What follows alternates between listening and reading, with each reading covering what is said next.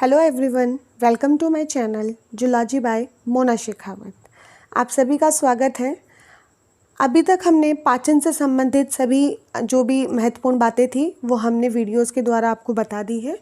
Now हम बात करते हैं कि कौन से जो क्वेश्चंस है जो बहुत से कॉम्पिटिटिव एग्ज़ाम में पूछे जाते हैं, उन सभी क्वेश्चंस के बारे में हम बात करेंगे।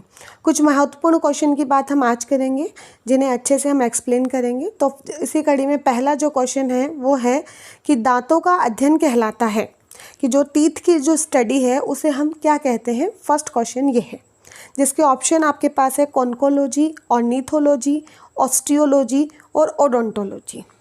नाउ आप सब सोचिए इसका आंसर क्या होगा। तो इसका आंसर मैं आपको बता देती हूँ क्या होगा। हम चारों के बारे में ही बात करेंगे कि चारों क्या चीज़ें होती हैं।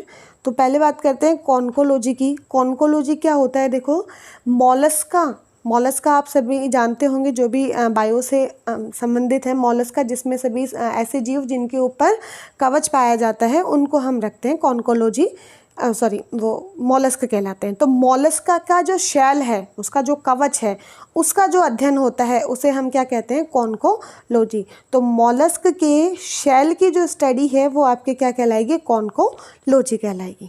बात करें ऑर्निथोलॉजी क्या होती है, तो ऑर्निथोलॉजी होती है, ऑर्निथो वर्ड हमेशा आपके पक्षी से रिलेटेड होगा। ऑर्निथोलॉजिस्ट, ऑर्निथोलॉजी, ठीक है। तो ऑर्निथो मतलब पक्षी। तो यहाँ पर बर्ड्स की जो स्टडी होती है, पक्षियों का जो अध्ययन होता है वो आपके ऑर्निथोलॉजी कहलाता है। बात करें ऑस्टियोलॉजी की, ऑस्टियो वर्ड हड्डी से रिलेटेड है, तो हड्डियों का जो अध्ययन होता है वो ऑस्टियोलॉजी कहलाता है। और लास्ट आया ओडोंटोलॉजी। ओडोंट वर्ड जो होगा वो आपके दांत से संबंधित होता है। तो दांतों का अध्ययन क्या कहलाएगा आपके, ये कहलाएगा ओडोंटोलॉजी। तो इसका करेक्ट आंसर क्या है, ओडोंटोलॉजी। क्लियर है। नेक्स्ट क्वेश्चन की हम बात करते हैं। नेक्स्ट क्वेश्चन पे जाते हैं। हाथी दांत होते हैं कि जो हाथी में जो बड़े से दांत बाहर निकले रहते हैं वो दांत कौन से होते हैं। तो हम इसमें देखते हैं कौन से दांत होते हैं वो। पहली बात है ऊपरी इंसाइजर, निचली इंसाइजर, प्री मोलर। आप सभी को पता है हमारे जो मनुष्य में है या फिर जो भी दांत है वो 4 प्रकार के होते हैं मैमल्स के अंदर, इंसाइजर, कैनाइन, मोलर और प्री मोलर। इसकी हमने बात की। हाथी दांत में जो दांत ज़्यादा ग्रो कर रहा है, बाहर की तरफ निकला होता है, वो होता है ऊपरी इंसाइजर। तो इसका करेक्ट आंसर होगा ऊपरी इंसाइजर। नेक्स्ट हम बात करते हैं कि खरगोश में कौन से दांत अनुपस्थित होते हैं, कि कौन से दांत खरगोश के अंदर अनुपस्थित होते हैं। तो ये जब मैंने आपको वीडियो में एक्सप्लेन किया था तब भी मैंने आपको अच्छे से बताया था। जब दांत वाला चैप्टर हमने देखा था तो खरगोश के अंदर जो कैनाइन दांत होते हैं, जो खरगोश के अंदर कौन सा दांत, कैनाइन जो टीथ हैं वो खरगोश के अंदर क्या होते हैं, एब्सेंट होते हैं। इसलिए और वहाँ पे वो कैनाइन दांत नहीं होते भाई, क्योंकि खरगोश क्या है, शाकाहारी है। कैनाइन दांत किसके अंदर वेल डेवलप होते हैं, जो कार्निवोरस होते हैं, जो मांसाहारी प्रवृत्ति के जो जानवर हैं उनके अंदर ये ज़्यादा डेवलप रहते हैं। तो यहाँ पर कैनाइन एब्सेंट होता है और कैनाइन एब्सेंट होता है तो इसकी जगह एक जो जगह में बन जाती है, जो खाली स्थान बन जाता है, उसे हम बोलते हैं डायस्टीमा। ये भी याद रखना, ये भी कई बार एग्जाम में पूछा जाता है। तो इसका करेक्ट आंसर होगा कैनाइन। नेक्स्ट हम बात करते हैं इनेमल किस पदार्थ के द्वारा निर्मित होता है। तो पहली चीज़ तो इनेमल क्या होता है कि जो भी हमारे दांत हैं, दांत के ऊपर जो कवरिंग है जिससे दांत चमक रहे हैं, ठीक है, वो क्या कहलाएगी, आपके इनेमल कहलाएगा।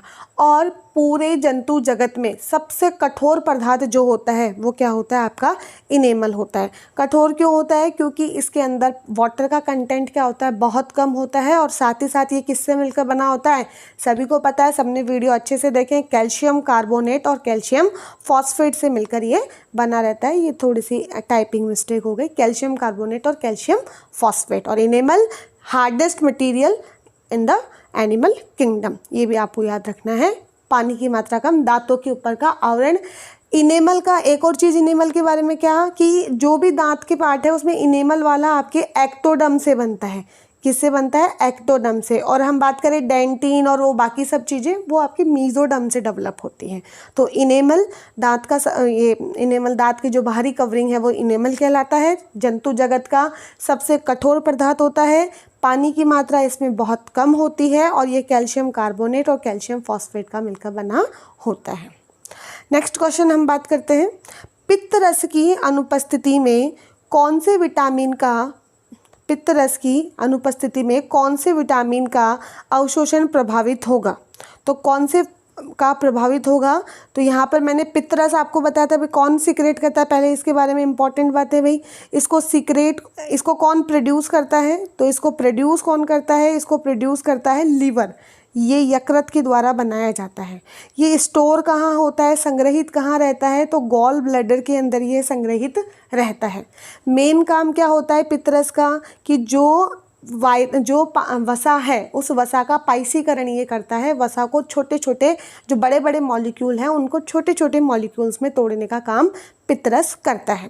साथ ही साथ बाइल जूस और क्या काम करता है कि काइम जो डुडेनम में जाता है, स्मॉल इंटेस्टाइन में जाता है, तो उसके मीडियम को न्यूट्रलाइज करने का काम करता है। तो यहाँ पे सीधा आपका आंसर हो। और साथ ही साथ ये विटामिन जो है फैट सॉल्यूबल जो विटामिन होते हैं उनके अवशोषण में क्या करता है, ये कार्य करता है। तो अगर पित्तरस नहीं होगा, बाइल जूस नहीं होगा, तो क्या होगा, विटामिन का अवशोषण प्रभावित होगा। ठीक है। और साथ ही साथ बाइल जूस में क्या होता है भाई, कोलेस्ट्रॉल भी होता है, और कई बार क्या होता है वो कोलेस्ट्रॉल वहाँ पे घुल नहीं पाती है, उसके बड़े बड़े कंकर बन जाते हैं, जिस वजह से पित्त की थैली में आप क्या हो जाता है, पत्थरी का निर्माण हो जाता है, जिसे ऑपरेशन कर ज़्यादा सीवियर हो जाता है तो फिर उसे हटाया जाता है। और उसको हटाया जाएगा तो क्या होगा भाई, स्टोर नहीं कर पाएगा वो बाइल जूस को। तो पित्तरस की अनुपस्थिति में कौन से विटामिन का अवशोषण प्रभावित होगा? तो fat soluble vitamin A, D, E और के का। तो इसका आंसर होगा विटामिन ए, डी, ई और के। नाउ नेक्स्ट है, प्रोटीन को पचित करने वाले एंजाइम कौन से हैं? कि प्रोटीन का पाचन करने वाले एंजाइम कौन कौन से हैं? तो देखो हमने पढ़ा था भाई, पहले ऑप्शंस देखो, इसमें पहला ऑप्शन है पेप्सिन। कहाँ होता है भाई, पेप्सिन कहाँ से आता है हमें पता है भाई, स्टमक में आता है। बात करें लाइपेज, तो लाइपेज नाम से मैंने आपको पूरा एक्सप्लेन किया था, अगर नहीं समझ में आए तो आप मेरे पहले के वीडियो देख सकते हैं, आपको डिस्क्रिप्शन बॉक्स में उनका लिंक मिल जाएगा। लाइपेज क्या करता है भाई, लिपिड को तोड़ने वाला क्या होता है, लाइपेज। तो ये लाइपेज तो किसके लिए भाई, लिपिड के लिए, तो ये तो कैंसिल हो गया। नेक्स्ट आता है एमाइलेज और ट्रिप्सिन। तो एमाइलेज क्या होता है, स्टार्च को पचित करने वाला, कि भाई बक्कल कैविटी में सेलेवरी एमाइलेज होता है, पेनक्रियाटिक जूस में पेनक्रियाटिक एमाइलेज होता है, जो कि पर्टिकुलर स्टार्च को तोड़ने का काम करता है। तो एमाइलेज भी क्या है, कार्बोहाइड्रेट के लिए, प्रोटीन के लिए तो है नहीं, ये ऑप्शन वैसे कट हो गया। ट्रिप्सिन की बात करें तो ट्रिप्सिन पेनक्रियाटिक में होता है, जो क्या करता है, प्रोटीन को पेप्टाइड्स में तोड़ता है। नेक्स्ट है एंटेरोकाइनेज। भाई एंटेरोकाइनेज तो क्या है, ये ट्रिप्सिनोजन को किस में चेंज करता है, ट्रिप्सिन में चेंज करता है, उसको एक्टिवेट करता है। तो ये किसी भी तरीके से प्रोटीन का खुद पाचन नहीं कर रहा है, पेप्सिन तो करता है। तो नेक्स्ट ऑप्शन, लास्ट ऑप्शन आपका बचा पेप्सिन और ट्रिप्सिन, और यही आपका क्या है, करेक्ट आंसर है कि पेप्सिन और ट्रिप्सिन दोनों ही प्रोटीन को पचित करते हैं। कहाँ भाई, पेप्सिन होता है आपके स्टमक में और ट्रिप्सिन आपके होता है पेनक्रियाटिक जूस में, और अपना फंक्शन कहाँ शो करता है, वो डुडेनम के अंदर, ग्रहणी के अंदर वो अपना काम करता है। ठीक है। तो प्रोटीन को पचित करने वाले एंजाइम है। अब इसमें देखो, प्रोटीन को पचित करने वाले ऐसे वसा के लिए आ सकता है, ऐसे स्टार्च के लिए आता है, लेकिन प्रोटीन के लिए ज़्यादातर पूछा जाता है, क्योंकि इसमें नाम से हम उनको नहीं पहचान। जैसे पेप्सिन है तो पेप्सिन, ट्रिप्सिन, इन्हें हमें याद ही करना पड़ेगा। बाकी जो एंजाइम है जैसे सुक्रेज, माल्टेज, लैक्टेज, तो नाम से पता चलता है भाई लैक्टेज क्या होगा, लैक्टोज को पचाने वाला, सुक्रेज क्या होगा, सुक्रोज को पचाने वाला। तो थोड़ा कन्फ्यूजन क्रिएट करता है, कन्फ्यूजन करता है, दैट्स वाई प्रोटीन कि जो एंजाइम है वो ज़्यादातर पूछे जाते। तो पेप्सिनोजन और प्रोरेनिन एंजाइम का स्त्रावण, यहाँ श्रावण नहीं आएगा, यहाँ स्त्रावण आएगा, गलत हो गया ये, स्त्रावण मतलब सीक्रेशन कौन करता है इसका। तो इसका सीक्रेशन करने वाली कोशिकाएं आप सभी को बताया हुआ भी, चीफ सेल्स जिन्हें जाइमोजन सेल्स भी कहते हैं, उनके द्वारा होता है। पैराइटल कोशिका का दूसरा नाम भाई, पैराइटल कोशिकाएं ऑक्जेंटिक सेल जो कि किसको सिक्रेट करती हैं, एचसीएल को सिक्रेट करती है। पैनेथ कोशिका एक तरीके से म्यूकस बनाती है। और जठर कोशिका क्या करेगी भाई, ये जठर कोशिका कोई पर्टिकुलर है ही नहीं भाई, कोई पर्टिकुलर है ही नहीं ये जठर कोशिका। तो यहाँ पे आंसर क्या आएगा इसका, मुख्य कोशिका इसका आंसर होगा। नेक्स्ट है, निम्न में से वास्तविक पाचक रस कौन सा है, कि ट्रू डाइजेस्टिव जूस कौन सा है। तो इसमें देखिए ट्रू डाइजेस्टिव जूस कौन सा है भाई, कल ही मैंने बताया था आपको जब हमने डिस्कस किया था इनके बारे में। सबसे पहला ऑप्शन है बाइल जूस। तो बाइल जूस में आपको सभी को पता है कि कोई एंजाइम ही नहीं होता है, बाइल जूस में किसी तरीके का कोई एंजाइम ही यहाँ पर नहीं होता है। तो बाइल जूस में तो क्या है, डाइजेस्टिव एंजाइम क्या होते हैं, एब्सेंट होते हैं, तो इसे तो हम ट्रू बोल ही नहीं सकते। नेक्स्ट जठर रस, जठर रस में आपके प्रोरेनिन होता है, पेप्सिनोजन होता है, लाइपेज होता है। लेकिन अगर हम बात करें क्या बोलते हैं स्टार्च वगैरह के लिए, कार्बोहाइड्रेट के लिए तो कोई एंजाइम नहीं होता, तो सारे तरीके के एंजाइम यहाँ नहीं है। अग्नाशय रस में सभी तरीके के एंजाइम होते हैं जो कि कार्बोहाइड्रेट को भी पचाते हैं, लिपिड को भी पचाते हैं और प्रोटीन को भी, इसलिए अग्नाशय रस को हम क्या बोलते हैं, ट्रू डाइजेस्टिव एंजाइम इसे हम कहते हैं। नाउ नेक्स्ट क्वेश्चन है, आहार नाल के किस भाग में सर्वाधिक पाचन होता है? तो मैंने आपको पहले भी बताया था कि सबसे ज़्यादा पाचन होता है ग्रहणी के अंदर, डुडेनम के अंदर, इंग्लिश में इसे हम बोलेंगे डुडेनम। डुडेनम के अंदर सर्वाधिक पाचन होता है। और मुख्य अगर जगह बताएं, मुख्य स्थल बताएं, main site of the digestion, वो क्या होता है आपके जेजुनम होता है। और इलियम बेसिकली किसके लिए होता है, एब्जॉर्प्शन के लिए होता है, अवशोषण के लिए होता है, जहाँ पर विभिन्न पदार्थों का अवशोषण किया जाता है। नाउ नेक्स्ट हम बात करते हैं आहार नाल का सबसे लंबा भाग कौन सा है? तो सबसे लॉन्गेस्ट पार्ट कौन सा है भाई, छोटी आंत, और छोटी आंत में भी सबसे लंबा भाग कौन सा था आपके, इलियम इसका सबसे लंबा भाग है, आप अच्छे से इसे याद रखना। नेक्स्ट हम बात करते हैं मनुष्य की आहार नाल में पाचन की क्रिया कौन से भाग से प्रारंभ हो जाती है? ये जब चैप्टर हमने पढ़ा था तब भी मैंने बताया था कि जैसे ही हम खाना अपने मुंह में लेते हैं तो मुंह में लेते ही सबसे पहले उसमें सलाइवा मिलती है, लार मिलती है, जिसके अंदर होता है टाइलिन एंजाइम, जिसे हम सलेवरी एमाइलेज भी कहते हैं, जो कि क्या करता है, भोजन को पचाने का काम करता है। तो पहली स्टार्टिंग में ही भोजन पाचन कहाँ पे स्टार्ट हो गया, मुख गुहा में हो गया। और वो भी क्या होता है, स्टार्च को करता है 30% तक, मतलब आंशिक रूप से पाचन करता है, स्टार्च को पूरी तरीके से मोनोमर यूनिट में नहीं तोड़ता है, स्टार्च को माल्टोज में तोड़ देता है। ठीक है, तो पाचन की क्रिया प्रारंभ कहाँ से हो गई, मुख गुहा में प्रारंभ आपके हो गई। नाउ नेक्स्ट पित्तरस का कार्य होता है। तो पित्तरस का कार्य क्या होता है भाई, पहला ऑप्शन है आमाशय से आए भोजन के अम्लीय माध्यम को उदासीन करना, हाँ भाई होता है, सही बात है। वसा का पाइसीकरण करना, ये भी इसका कार्य होता है, इसके जो ऑर्गेनिक सॉल्ट होते हैं वो यही काम करते हैं। केवल एक और दो दोनों, तो इसमें आंसर क्या होगा, आप सभी को पता है भाई, इसमें पहला और दूसरा दोनों आंसर होगा, क्योंकि ये दोनों ही कार्य ये करता है। नेक्स्ट हम बात करते हैं पित्ताशय से पित्तरस के स्त्रावण को कौन सा जो हार्मोन है वो प्रेरित करता है, कि गॉल ब्लैडर को कौन कहता है कि गॉल ब्लैडर, ये जो है, एक मिनट,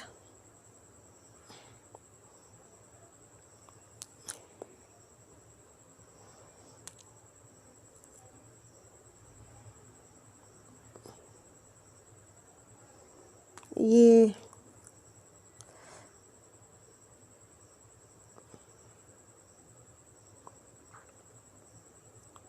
ऐसी कुछ इस होता है। हमें पता है कि बाइल जूस कहाँ से सिक्रेट होता है, इस गॉल ब्लैडर से ही निकलता है, क्योंकि यहीं पे स्टोर होता है। बनाता कौन है, लीवर बनाता है। तो यहाँ पर इस गॉल ब्लैडर को कौन बोलता है कि तू संकुचित हो और ये पित्तरस निकाल, तो हार्मोन्स में पहला ऑप्शन है सिक्रिटीन, में सिक्रिटीन ये काम नहीं करता है। सीसीके पर्टिकुलरली सीसीके का काम क्या होता है, यही काम होता है कि ये पित्तरस को बोलता है कि अब तू पित्त को यहाँ से निकाल। बात करें पेनक्रियोजाइमिन और ये सिक्रिटीन, तो ये इसके ऑर्गेनिक और इनऑर्गेनिक जो एंजाइम्स हैं जो है वो पाचन से नॉन एंजाइमेटिक एक्टिविटी या एंजाइमेटिक जो है उनको क्या करता है, एक्टिवेट करने का काम करता है। तो इसका पर्टिकुलर आंसर होगा सीसीके। नेक्स्ट क्वेश्चन है आंत्रिय रस का स्त्रावण इंटेस्टाइनल जूस या फिर इसी का दूसरा नाम है सक्कस एंटेरिकस इंटेस्टाइनल जूस किसके द्वारा स्त्रावित किया जाता है? पहला ऑप्शन है गॉबलेट सेल। गॉबलेट मैंने बताया था आपको क्या सीक्रेट करती है, म्यूकस सीक्रेट करती है, मतलब ये इसका ऑप्शन नहीं होगा। पेनेथ ये भी क्या करती है, एक तरीके से म्यूकस बनाती है, ये भी इसका आंसर नहीं होगा। क्रिप्ट ऑफ लिबर कोलन, हाँ भाई ये होता है इस तरीके के, हमने आपको एक मिनट ये हमने बताया था ऐसा करके, ये एक ऐसा डायग्राम याद आ रहा है, इस डायग्राम में मैंने कहा था कि ये नीचे की साइड में जो ये क्रिप्ट्स हैं, इन्हें हम क्या बोलते हैं, ये जो जगह है इसे ही हम क्या बोलते हैं, क्रिप्ट ऑफ लिबरकुलम। और ये क्रिप्ट ऑफ लिबरकुलम ही क्या करता है, इंटेस्टाइनल जूस को सिक्रेट करता है। तो आंसर क्या होगा, क्रिप्ट ऑफ लिबरकुलम। बात करें पेयर पेचेस की, ये क्या काम करता है, तो ये लिम्फोसाइट को प्रोड्यूस करने का काम करता है और इसका काम इम्यूनिटी से रिलेटेड है। ये इसका काम क्या था भाई, म्यूकस को सिक्रेट करना। पैनेट सेल का भी क्या था, म्यूकस को सिक्रेट करना। और पेयर पेचेस का काम क्या है, आपके इम्यूनिटी से ये रिलेटेड होता है। लास्ट क्वेश्चन हम बात करते हैं, ट्रिप्सिनोजन को सक्रिय कौन करता है। तो ये आपको पर्टिकुलर मैंने पहले ही कहा था, बहुत इंपॉर्टेंट है, आप इसे अच्छे से लर्न कर लेना। तो पेप्सिनोजन को सक्रिय करने का जो काम करता है वो करता है एंटेरोकाइनेज, जो कि डुडेनम की भित्ति के द्वारा सिक्रेट होता है। डुडेनम की भित्ति या डुडेनम का जो सक्कस एंटेरिक एंटेरोकाइनेज क्या करता है, इस ट्रिप्सिनोजन को एक्टिवेट करने का काम करता है और ये जो इंटेस्टाइनल जूस है उसके अंदर उपस्थित होता है। ठीक है, और ये ट्रिप्सिनोजन को किस में कन्वर्ट कर देता है, ट्रिप्सिन में बदल देता है, जो कि आगे प्रोटीन को लार्ज पेप्टाइड में तोड़ने का काम करता है। तो एंटेरोकाइनेज इसका क्या होगा, आंसर होगा।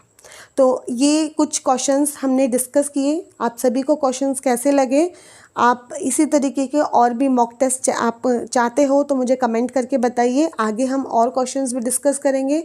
वीडियो को लाइक कीजिए और प्लीज़ मेरे चैनल को सब्सक्राइब कीजिए। अपने सभी फ्रेंड्स को वीडियो शेयर कीजिए ताकि वो भी इन्हें अच्छे से देख पाएँ। Thank you so much.